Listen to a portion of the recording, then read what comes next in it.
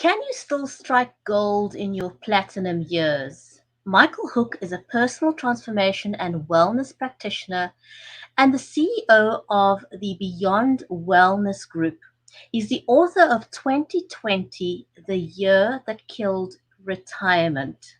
Don't go away. When we come back, we talk to Michael Hook about unlocking the potential of our post-career years.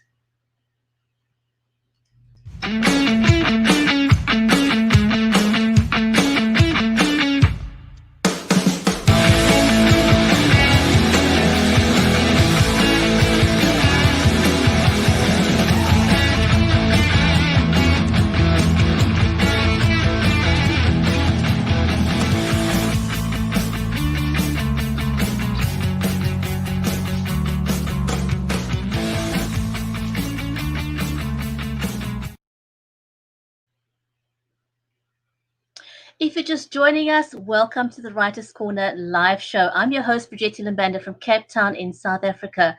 This stream is made possible by StreamYard and Creative Edge. If you want to know when we go live, please go ahead and like our Facebook page so that you get the notification. And over on YouTube, please click on the subscribe and the notification bell. And in today's show, we talk to Michael Hook about his book, 2020, The Year That Killed Retirement. But first, let me say a warm welcome and hello to my co-host and friend, Mary Elizabeth Jackson. Hi, how are you? Hi, I'm very well. Welcome to the show. Yeah, it's nice to be here. We are a little chilly where I am today, so it's, and it is election day, so I've got some blue and red on and need some white. I got white paper here beside me, so that'll be my white. So I'll be patriotic. Well, today our show is a little bit different than usual. So Michael Hook is and it's a very interesting topic. For anyone that's reaching their sort of 50, 55 and beyond, reaching close to retirement years. This is something that we all need to consider, whether we like it or not, right? Right, absolutely. Time is not going to slow down for us at all, is it? No, unfortunately not. And COVID has really thrown a spanner in the works for us. But yes, if we do things smartly, we can actually use this to our advantage. And I think this is the story that Michael is trying to tell, that it's not all doom and gloom, that we can move into a different season of our lives. It's not the end of our working career. And so Michael is a Johannesburg, that's in South Africa, based personal transformation and wellness practitioner. And he was intrigued by the possibility of the 60s and 70s being the most rewarding period of our lives. And so he authored this book during COVID. That's a good thing to do. I know, right? So he came up with this idea in April this year, 2020. The following month, he approached a couple of people. He approached, I think, 13 people, he said, and 9 responded, and all 9 became contributors of the book. So they essentially started writing in September. No, I beg your pardon. Let's backtrack here. I think he said it was, now I've got my knickers in a knot. Oh, no. So to speak. Who do we call about that? Oh, my goodness. So he literally got this book published by September this year. That's what you said. That's amazing. Amazing. Literally all within a couple of months, from conception to organizing 9 different contributors, putting it together, editing, publishing this book. So editing everything in just a short space of time. He literally was a miracle worker here. So Michael is the author of the book, and the contributors are Graeme Codrington, Antony Turton, Khanyisile Motsa, Colin Bryden, and I hope I'm not butchering anybody's surnames here. Kim Potgieter, which is an Afrikaans surname. Antony Osler, another Afrikaans name, Klasie Wessels, Julia Kerr-Henkel, and prisoner 211928 224. So those are the 9 contributors of the book. So what I said, the show was slightly different today in that we needed to pre-record this interview because Michael was not available at this time. So we did this just a little bit earlier. And shall we go ahead and share the interview? Yes, I'm looking forward to it. So am I. Really going to enjoy this one.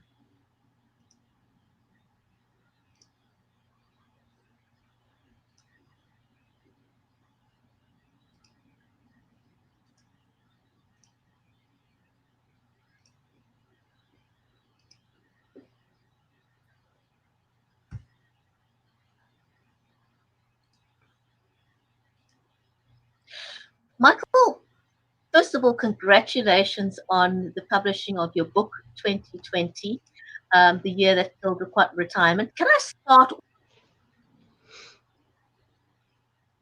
off with asking you how you came up with the name? What was behind you wanting to produce this book?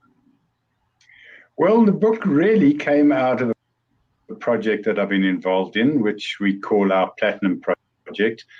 And that is really finding meaning and finding the joy in this next period of our lives. If we stop formal employment, or we get retrenched, or we just really want to reinvent ourselves, we've got to take certain steps to make that happen. And that's been playing in my mind. Myself, in my late 60s, retirement is really just a dream because I don't think I've ever really taken it seriously enough to retire with any real oomph behind me. And really with COVID and the fear of COVID and these strange times we're living in, I realized that retirement as we knew it is absolutely dead. There's no going back. I think that's one thing that's dawned for a lot of people, that we've hit a point of no return. We can only go forward. And retirement and reframing what that means is a huge part of your book. What is behind that? Well, retirement in the television ads of a fit guy with greying hair taking a walk or riding a bicycle with his wife in an idyllic setting where they're going to eke out their days, sit and have a glass of wine in the evening and congratulate themselves for having made provision. That's really is not the mainstream. Less than 6% of South Africans are going to be able to retire in that way. So retirement itself is gone, it's dead. The reality for most of us is retirement is off the table. It's this extra period of life. And what are we going to do? A, to keep the bucks rolling in. B, to keep ourselves young, and we only keep young if we keep active. And C, to really find the meaning of this last part of our lives.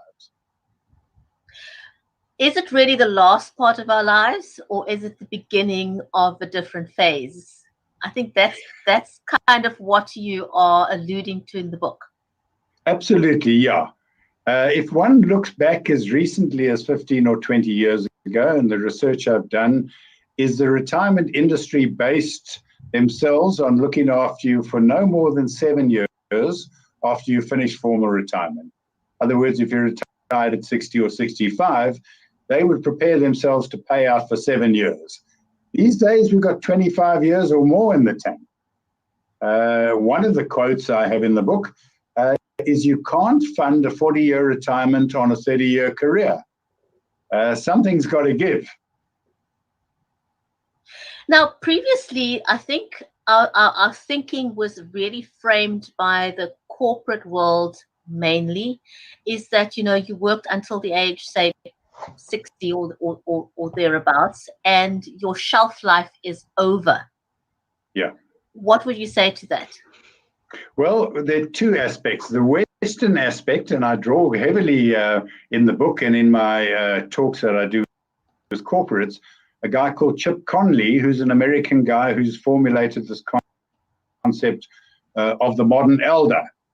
And he has this concept that the first third of our lives is learning, the second third of our lives is working, and the third third of our lives is retirement. But what Chip has done, he's put a little intervention there, and he's got this extra time.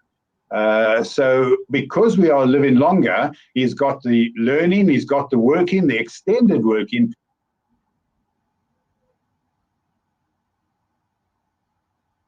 and then the retirement.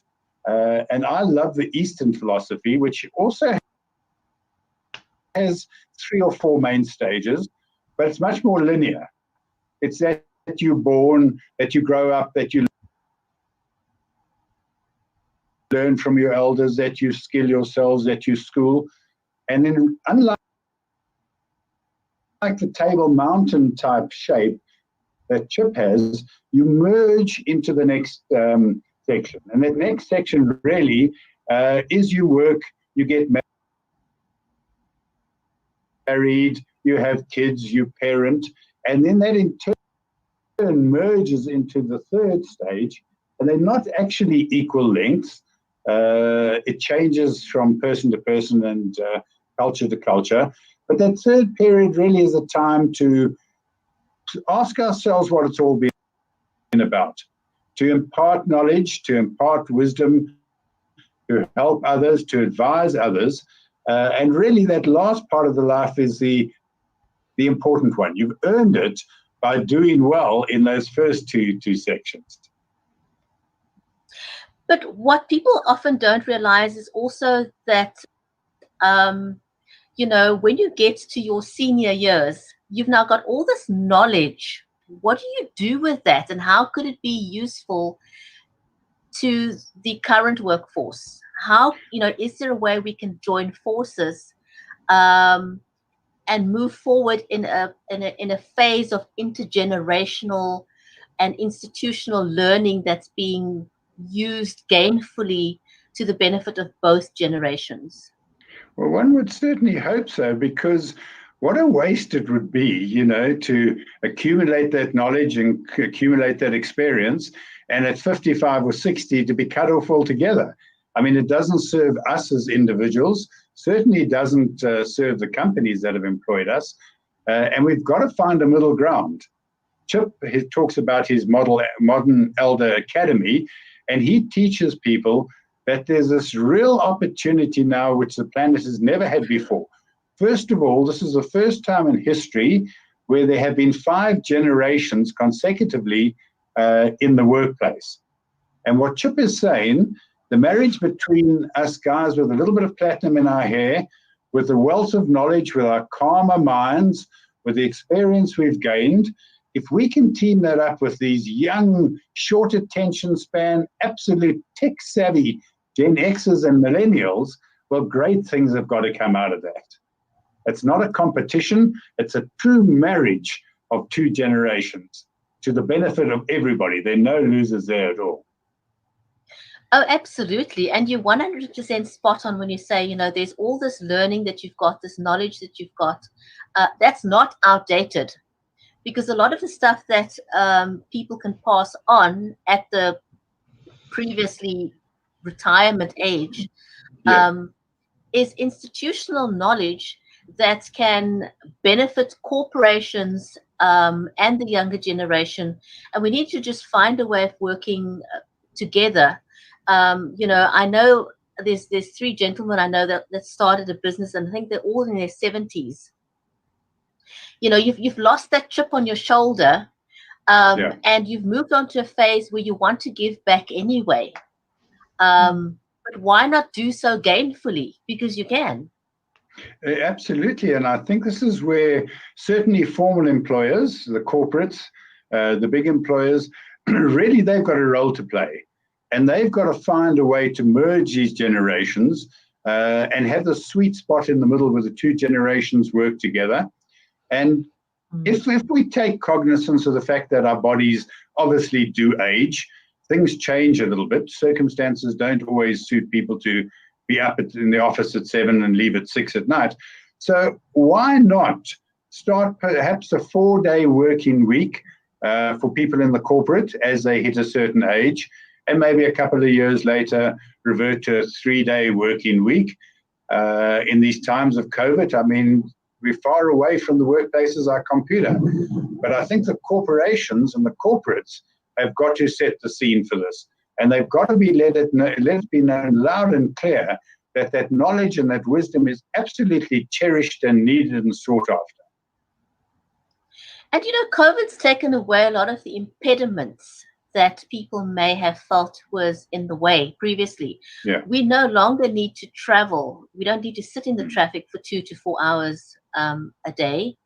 So our energy is not depleted by the stress of sitting in traffic. Yeah. We can work, COVID's proven that we can work from home. So there's a lot of flexibility built into that. People in the sort of retirement age or people who are mature don't waste time playing games online or, doing silly things that's irresponsible. Yeah. They use their time gainfully and responsibly when they are online. And they don't need, that layer of middle management to make sure that they're doing things that are easily self-managed. And when they're online, they want to do so for a good reason. Absolutely. And, what we've seen in this period and in tests that companies have done before, allowing people to work home for a period of time, the older generation, the Platinum Tribe, are super productive working from home. They don't need the supervision. They know what's got to be done. They knuckle down and they do it. As you mentioned, we don't have the distractions of social media and a wandering mind. We get stuck in and we make it happen. And the stats have shown that we are super productive at home. Michael, I want to talk a little bit about the other contributors in the book. How many contributors have you got, and why did you choose them specifically, and how do they add the richness to this book? Well, this COVID, I think, has been a scary period for all of us, hasn't it? It's come with its rewards. We found being at home with our families and together time and sitting at a table has been incredibly rewarding to all of us. So when I looked upon the parts that I'd written, I thought, I wonder if everyone else is experiencing the same kind of mixed emotions. A little bit of fear, a little bit of hope for the future, remarking on the great silence that we had, these clear skies that we saw. So I reached out to a couple of other guys, people I admire, people that I think had something to contribute, and said, look, I'm writing this book. Would you like to put down a few thoughts? And I gave them a kind of a guideline, and I'm really happy to say that each of the 9 have come back with something really unique, very, very personal, very genuine, straight from the heart, but all in their own field of expertise. It's been amazing, the way the book has come together with all the different contributors. How did you get to publish a book? Because a lot of people felt that COVID was a stop sign in the road for them. But somehow you managed to get a book published during COVID. Walk us through that process. Well, I think rather than a stop sign, we as a family decided right at the start that we were going to use this time. We didn't know what was going to come out of it. If you remember in March, the chances are we're all going to be dead at this time of the year. Fortunately, COVID hasn't been anywhere near as destructive as it has been in certain other places. But we made up our minds we were going to get up early in the morning. We were going to sit down to breakfast. We weren't going to shrift around in pajamas.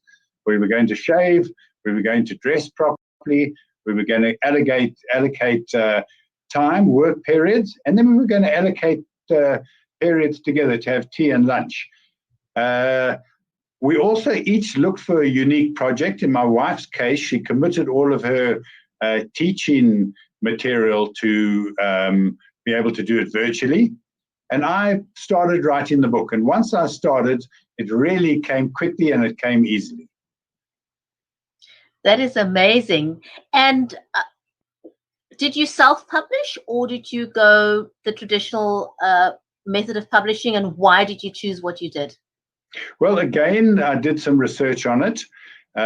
It's really nice to have a publisher, but publishers need quite a long lead time to read what you've written and decide whether they're going to publish it. From a financial point of view, great to have a publisher because they do the dog's work, etc., and the legwork, but you make very little out of it. And although the book wasn't really written as an income stream, as an author, you get very little out of it. And I wanted to be able to use the book very much as a calling card, as a record of my own experiences, and I wanted to give a lot of them away, which I have been doing, which I would never have been able to do if I'd had a formal publisher on my side. You absolutely have a lot more control when you self-publish, but how did you physically do this? Can you tell us a little bit about that process of self-publishing? Well, there's a whole lot of aspects to this. So first of all, you write the book, and I think we've all got a book in us, but none of us are fallible, and I'm not what would be called a proper author. I wrote down my thoughts, and I wrote down my hopes and a bunch of ideas. I then found that you have to have an editor. So you employ a professional editor. You can do that on any of the online connection sites. I got a local lady who was just fantastic. The next step is to get someone to do a layout for you, a professional layout, recommend a typeface, space the book, put the various chapters into place, and for a paid service, someone does that. Then I wanted someone to distribute it to the retailers.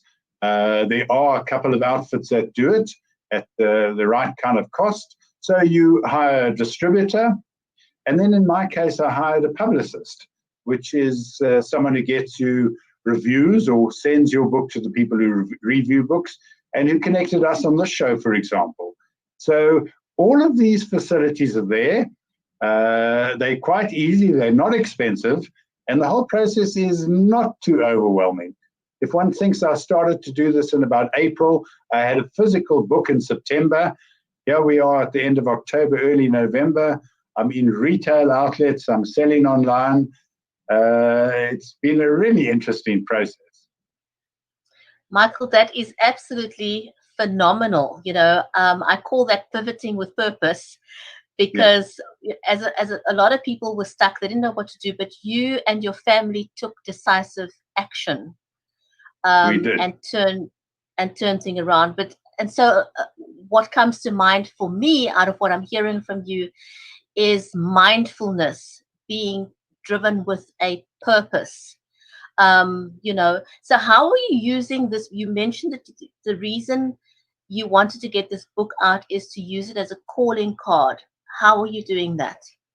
Well, before lockdown, I did a couple of talks to a corporate who had a group of really smart people who were set for retirement or contracts ending towards the end of this year. And the corporate was worried that these guys weren't passing that knowledge on. And they asked me to spend a morning with them and try and find out why. And the reason was easy. They felt they were being dumped. Even though they knew their contracts were up or retirement age was looming, they felt they were being dumped. And they felt they were really being badly done by. And because of this, they were reluctant to pass that knowledge on. So by using the methods that you see in the book and the kind of inspiration of the type of people I've quoted in the book, we got to a stage where a lot of them felt that, the employer's been good to them.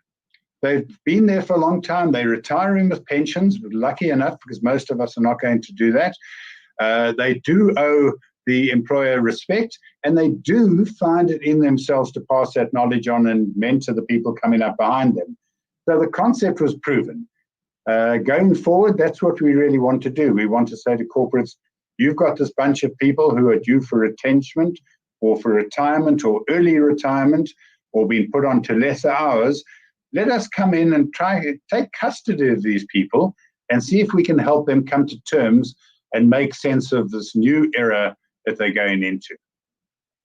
So are you hoping to sort of offer this as a formal service to corporates? Absolutely. My day job really is personal transformation. For years, I've taught groups of people in corporates how to quit smoking, how to reinvent themselves, how to lead a more balanced type of life. And as I found myself getting older and I'm in that period where I'm starting to worry about the future, I'm starting to investigate the meaning of life on the planet and what it's all been about. And drawing on the wisdom of the experts that I talk about in the book. There's a lot of material there to give people comfort, to give them something to hang on to give them hope that the period we go into will be the best period of our lives, that we are not useless, that we are not being thrown out, but that in fact possibly we are entering the most productive and the most rewarding period of our lives. And realistically, what kind of time period are you thinking that we can still be productive? Well, I don't think retirement is an option anymore. So if we're going to live another 25 or 30 years, well, we're going to be productive for another 25 or 30 years. It is a very long time. But we've got to be productive that time. There's no longer retirement leave and pruning the roses. Just not an option anymore.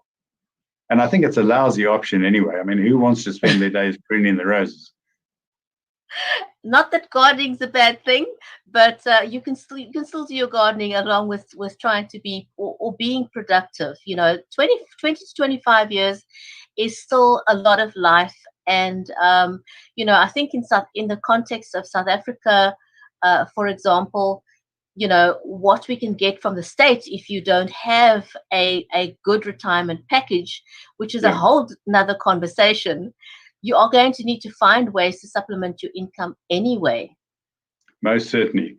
We've all got skills. We've all got experience at its most basic levels. If you're a good cook and everyone's always complimented you on your cook sisters, well, maybe there's an opportunity. Maybe you start a cook sister store, or you cook and bake and sell it through markets or sell it online. We've all got these skills. Maybe we seamstresses. Maybe we're quite technical and mechanical, in which case we can get into the repair business. Perhaps we're very tech literate, in which case we can help with computer literacy and training or computer technology. There's always something we can draw on and reskill ourselves and use that as some kind of an income stream. Michael, I absolutely love this book, and I think it's so timely, so necessary, and completely on point for the time we're living in. Where can people buy the book? But I also want to ask you, this program that you're running is very exciting. Are you looking to be contacted by corporates or also individuals that finding themselves in the space and are now needing to pivot? Well, I think both. It's all based at the moment on a website called the Platinum Project, platinum-project.com. And that's really an open brokerage where anyone with any expertise to share can enter, can become part of the Platinum Tribe, can post a profile. And if you want to generate business through that, you shoot a little video telling people where your expertise lies. And people can watch the video, get a certain amount of info free, but then click to your site and obviously on a pay-per-hour or pay-per-course basis, engage the subject provider. But we're growing that every time, and there's an incredible array of expert and thought leaders that are now joining the tribe, and that really is going to be our platform to go forward. What I am saying to corporates is, you've got a list of people who are due for retirement. A, steer them towards the website, and B, ask me and my team of various experts to come and take custody of your people for a day. We have a full day session. We have a weekend retreat or a midweek retreat of 2 or 3 days. And then we have a follow-up of online association and contact. And lastly, where can people buy the book? We're in some of the exclusives. We're in bargain books, or if one Googles 2020, the year that killed retirement, you'll come to a sales site and we'll send you the book. Fantastic. Thanks so much, Michael. It's been a pleasure talking to you, and thank